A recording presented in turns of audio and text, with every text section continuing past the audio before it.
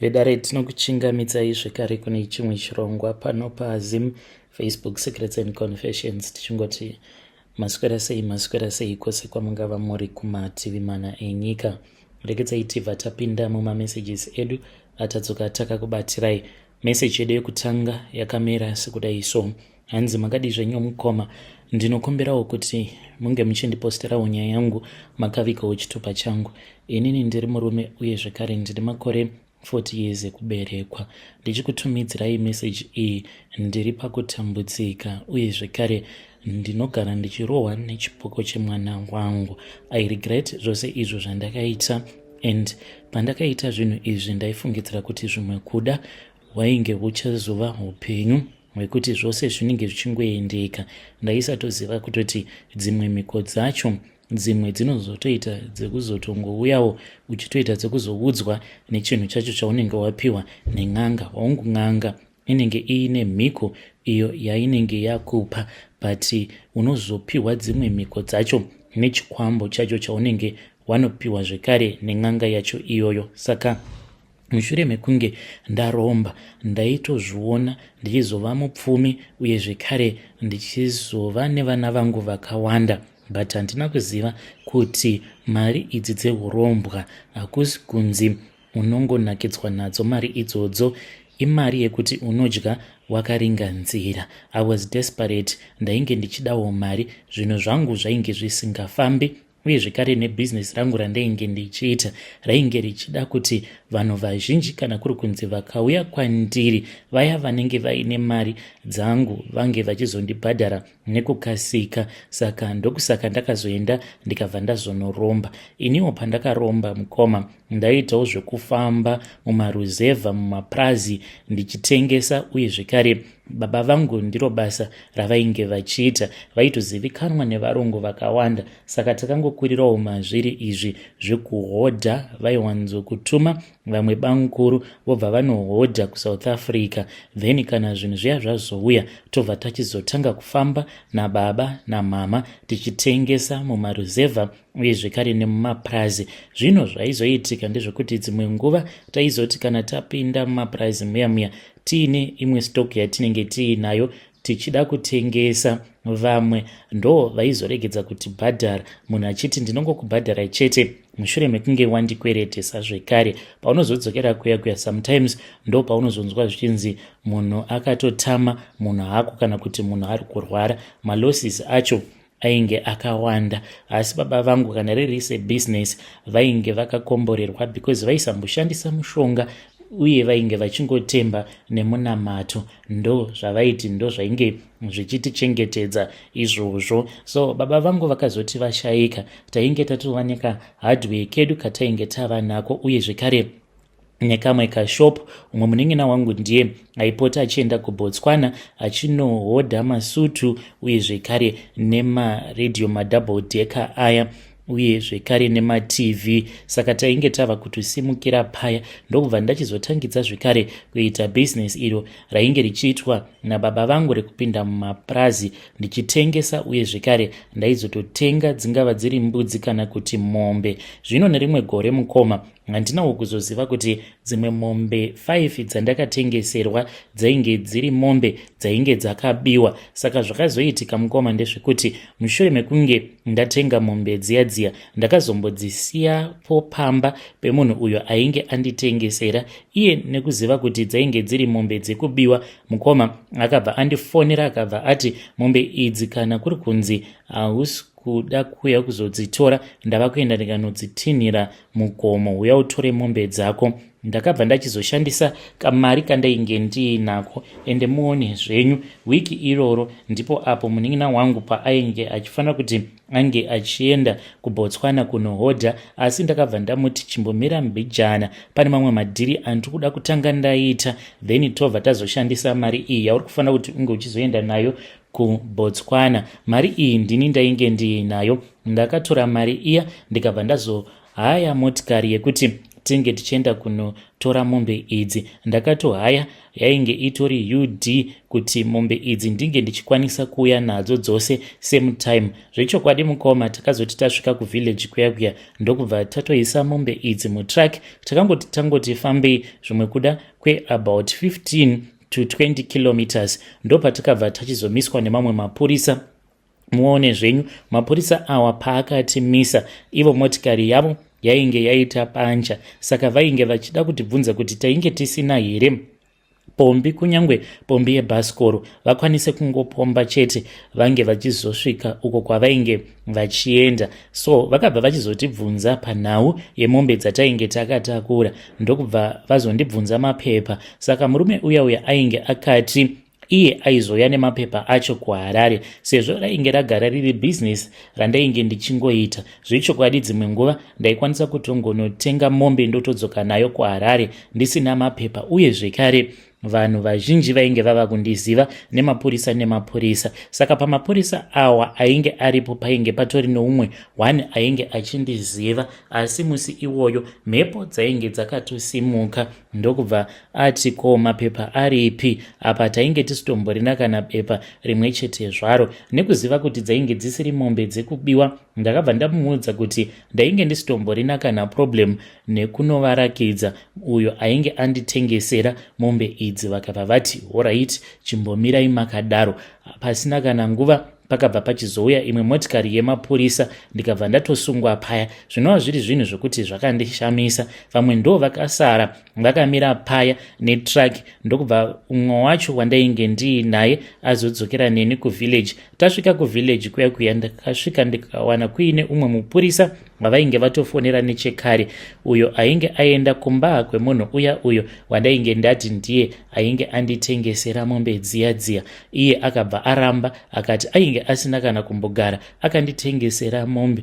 Ndakashamisika ndikavhunduka nazvo ende ndakashaya kana simba. Akabva ati nhaiwe murume iwe, hongu unogara uchiuya pano pamba pangu uchinditengesera zvakasiyana, asi panhau iyi yauri kutaura, nhau yekuti mombe idzi ndini ndakakutengesera, handina kana chandinomboziva ini. Handiti kana vanhu vatengeserana mombe munofanira kuti munge muchinyorerana pasi here? Ko patakanyorerana pasi pacho ndepape? Nekuti iwe ungagobvuma seiko kufamba nemombe dzinenge dzisina mapepa, apa usina kana tsamba yaunenge wanyorerwa nemunhu uyo waunenge uchiti ndiye akutengesera mombe dzacho idzodzo. Ngoma ndo pakabva pazoita dambudziko ipapo. Mapurisa aya akabva achizoti kwandiri, aiwa ndainge ndatosungwa ende vainge vachida kuenda neni kucamp kwavo, then vange vachizoita tsvakurudzo dzizere. Ngoma nachizvechokwadi mombe idzi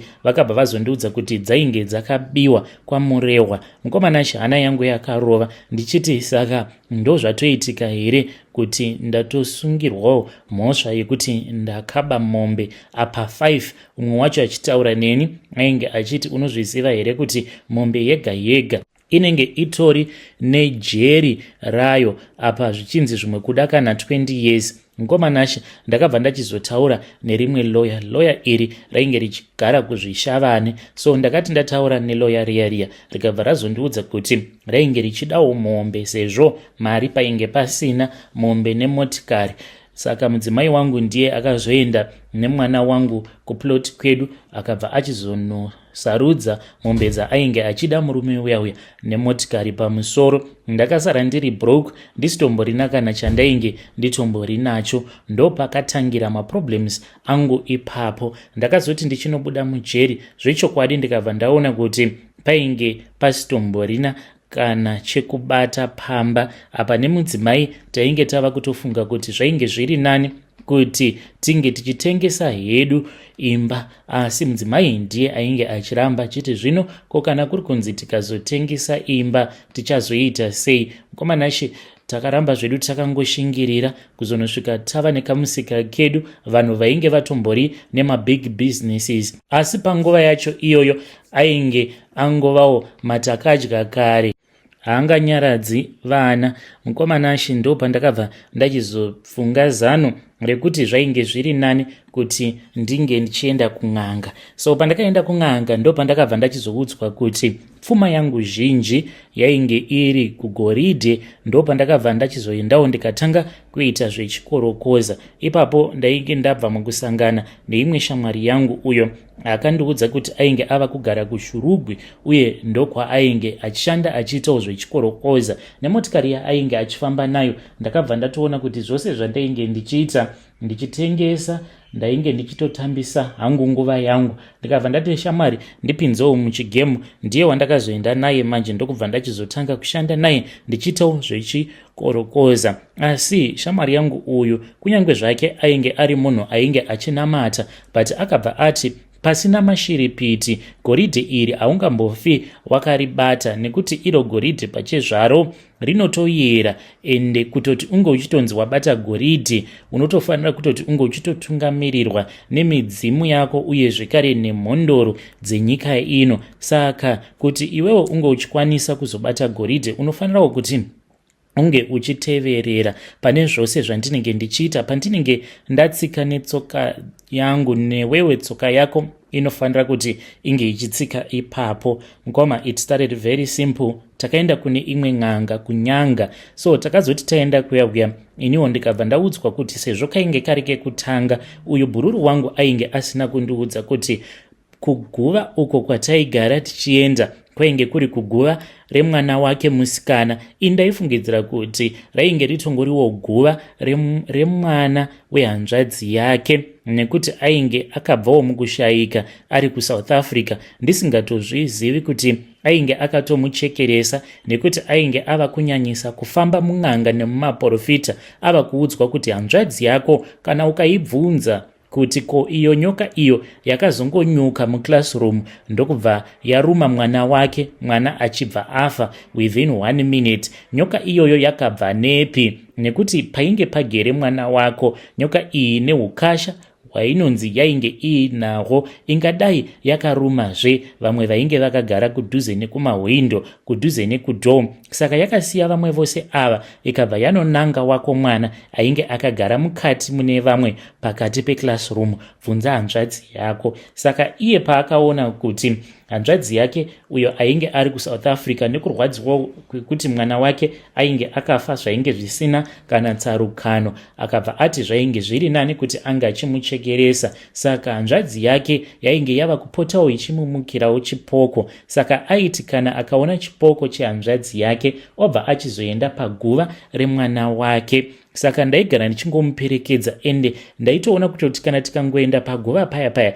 kana tikazodzokera kuya ndo pandaibva ndaona tava kutanga kubata mari. Asi dzimwe nguva aiti tikabata mari tikatengesa goridhe riya mari iyoyo aitomboenda nayo kumba kwake yombonogarako mazuva, kunyange ndichimuudza kuti shamwari chindipauka kati yangu kuzonosvika. Mari iyoyo yagara kana 1 week iriko kumba kwake akangoichengeta chete, ndo paaizotanga kuburitsa mari kuti 1 ava kukubhadhara. Saka patainge tiriko kunyanga uko ndo pandakabva ndachizonzwisisa kuti umwe wangu ainge akachekeresa. Ndokusaka painge pachitaurwa nhaurwa yekuti sezvo kainge kari kekutanga kupinda mumatare eurombwa unotofanira kutoti unge uchitodeura ropa, kunyange zvikanzi rinenge riri ropa rembudzi, huku kana kuti mombe, asi panenge pachitodiwa sacrifice yeropa. Saka sekuru ava vakabva vati ini handipo pakutambisa nguva yako nekuzvitambisirawo nguva yangu, nekuti varapwa sezvauri kuona vandivinga pano pamuzinda pangu vakati wandei iwe unokwanisa here kuti unge uchichekeresa mwana wako mukomana. Hana yangu yakarova, ndikanzwa ndichipindwa nekutya nekudedera. Apa ndainge ndaita mazuva ndisingadyi sezvandainge ndakaudzwa nen'anga yacho iyoyo, hanzi ndokuzvichenura kuti dare rangu ringe richizova dare rakachena. Mukoma ndakabvunda, asi ndakabva ndanzi ndaifanira kuti ndinge ndichizvishingisa semurume, sezvo ainge ari mwana mukomana, hanzi ndaizoita pfuma wanda chaizvo. Ndakazviita mukoma, mwana wangu akabva atanga kurwara. Zvino mwana akati atanga kurwara kudaro, ndokubva ndazoti kuna madzimai, taifanira kuti tinge tichienda kunyanga uko kwainge kuine n'anga yangu iyoyo, asi panguva yacho iyoyo ndaizviita sekunge munhu asina kana imwe n'anga yaanomboziva. Ndikatoti ndainge ndakatopiwawo madirections nevamwewo avo vandainge ndichishandidzana navo. Takaendako kunyanga kuya tichinosvika kuya zvechokwadi sekuru vaya vakaita sekunge vainge vasitomborina kana zvavainge vachiziva. Mudzimai wangu akabva achizopiwa tsono, akabva anzi unofanira kuti unge uchibaya mwana uyu pahuma kuitira kuti ropa ringe richibuda zvishomanana. Tirimo mudare imomo, mudzimai wangu akati achingonotambidzwa tsono iya, sekuru vaya vakanditarisa ndokubva vandichonya ziso. Ndikabva ndachizoridha mets ndikatarira kudhoo. Zvechokwadi ndakati ndakatarisa kudhoo ndikabva ndaona kamwe kamunhu kainge kari kapfupi, hana yangu yakarova. Vakabva vati kwandiri, bata tsvimbo iyi. Zvose izvi zvichiitika mudzimai wangu ainge asina kana chaainge achimboona nekufungidzira. Ndakatora tsvimbo iya ndikanzwa hana yangu ichidzikama. Ndakakatarisa kamunhu kaya kakabva katanga kufamba, kakanditarisa kakanyemwerera, kakasvika paya painge pakapfugama. Mwana wangu nemudzimai wangu vakapfugama vakaita zvekutarisana. Mudzimai akabata tsono yaainge ainayo akanobaya mwana wedu pahuma, ropa rikabva ratanga kubuda. Kamunhu kaya kainge kachitamba sezvo mainge muine mbira dzainge dzichiridzwa, kachitamba kachiita sekunge kadhakwa. Kakabva kachizokambaira kakaenda paya painge paine mwana wangu, kakatanga kunanzva ropa rose rainge richidonha pafloor. Kachinwa kudaro kaitita sekunge kari kuwedzera kudhakwa, kusvika mwana wangu achizonopunzikira pasi, kakatanga kumunanzva pahuma. Mwana ndopaakabva achizoti pembenu, ndokubva aita sekunge ainge aita right. Sekuru vakabva vati chidzokerai kuHarare. Takadzokera kuHarare mukoma, zvinhu zvikaita sekunge senani. Mwana ndokubva atotanga kutoita bho, akatodzokera kuchikoro. Zvino ndakazoudzwa kuti mwana uyu aifanira kuti ange achizoenda kumusha. Zvinova zviri zvinhu zvakandirwadza, because munhu ainge achazonemerwa kunzi ndiye auraya mwana vainge vachazova vari ambuya vangu. Ndakati kumudzimai ndikuda kuti mwana ange achimboenda kunoona gogo vake, sezvo kubva paya paakarwara vaigara vachingoti muzukuru wangu ari sei. Mudzimai wangu akabva abvuma, ndokubva achizoenda akanosiya vana kuholiday kwaamai vake. Pasina kana mazuva takabva tachizonzwa phone call yava kupinda. Zvino ambuya vangu vainge vagarwa nemhepo yechikwambo. Munozviziva here kuti vamwe vanhu vari kufamba vachinzi vanopenga, hakusi kunzi vanhu ivavo vanenge vachipenga, kwete bodo. Asi zvinenge zvichiitika ndezvekuti dzimwe nguva mumhuri munenge muine munhu anenge akaromba uye zvekare achishandisa chikwambo. Saka kana akaona sekunge anenge ava kuda kunobatwa, anotsvaka umwe wemumhuri waanozopengesa kuitira kuti vanhu vange vachizoti uyo ari kupenga, zvimwe kuda aitirwa a go back to sender. Ndo zvatakaita ipapo nen'anga iya. Zvechokwadi vana ava pavakaenda kuholiday, ndine kamwe kamudzi ako kandainge ndakaisa mune rimwe bhegi remwana. Kamudzi aka ndo kakasvika kakabva kachizotanga kukanganisa ambuya vangu pfungwa dzavo, ndokubva vatanga kupenga. Vainge vasingangopengi chete, asi vaipenga vachirotomoka. Chikwambo ichi ndo chainge chava kutaura chichivaudza zvekutaura. Vainge vachiti vainge vakaisa mwana wemwana wavo anova ari mwana wangu uyo wandainge ndakachekeresa tiriko kunyanga, mudzimai wangu aripo, hanzi pachijana. Zvino nguva yainge yakwana. Vamwe vavo vainge vava kuda kuti mwana uyu ange achifa, asi ivo mwoyo wavo wainge uchirwadza, vasingadi kuti mwana wemwana wavo ange achizofa. Saka vamwe vavo vainge vava kunetsana navo vachivapengesa. Zvechokwadi takafonerwa nehama neshamwari tikabva taenda kumusha kuya. Iniwo semunhu ainge achiziva nyaya dzake ndakabva ndanzi ndaifanira kutoti ndige ndichitoyeredza misodzi kuitira kuti vanhu vasambofa vakafungidzira kuti ndini ndainge ndichikonzeresa zvose izvozvo. Zvechokwadi mukoma takazoenda kune imwe n'anga apa ndainge ndakapiwa mushonga rwegara n'anga kuti ndichingosvika pane n'anga inenge isina masimba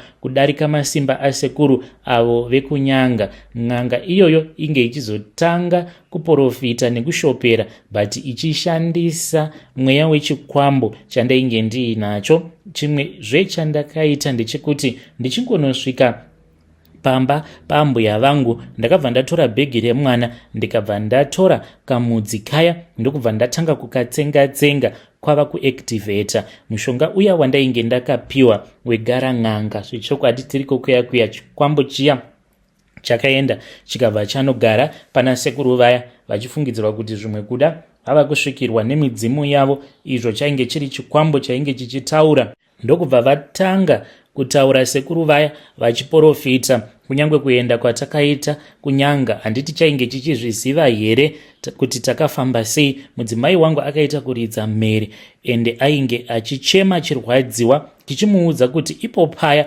uchizonobaya mwana wako netsono. Dai kwanga kuri kunzi wainge usina kuita saizvozvo vainge vachida kutoti ange achitofa. Wazvinzwa here iwewe? Mukomana hama dzose dzakasvika pakuvavenga kuzonosvika vachizonofa, asi mwana wangu akazoshayika zvake mukoma. Mwana wangu akazoti ashayika, takaita mari, matraki takamatenga awa, mabhazi ainge achimhanya Harare Beit Bridge tikamatenga ndikaita mashops. Even kusvika pari zvino mari hayo mari iripo, asi zororo handitomborina. Zvimwe zvose izvo zvinoitika mudzimai wangu nevana havana kana chavanotomboziva. Dzimwe nguva ndinokwanisa kungokaruka ndapepuka ndiri panze apa madhoo ose anenge akakiwa nemukati. Saka kubva pazvakatanga kuitika izvozvo ndinotongopaka motikari yangu panze pegaraji ende mumotikari mangu munogara muine gumbeze rinenge ririmo kuitira kuti kana kuri kunzi zvikaitika izvozvo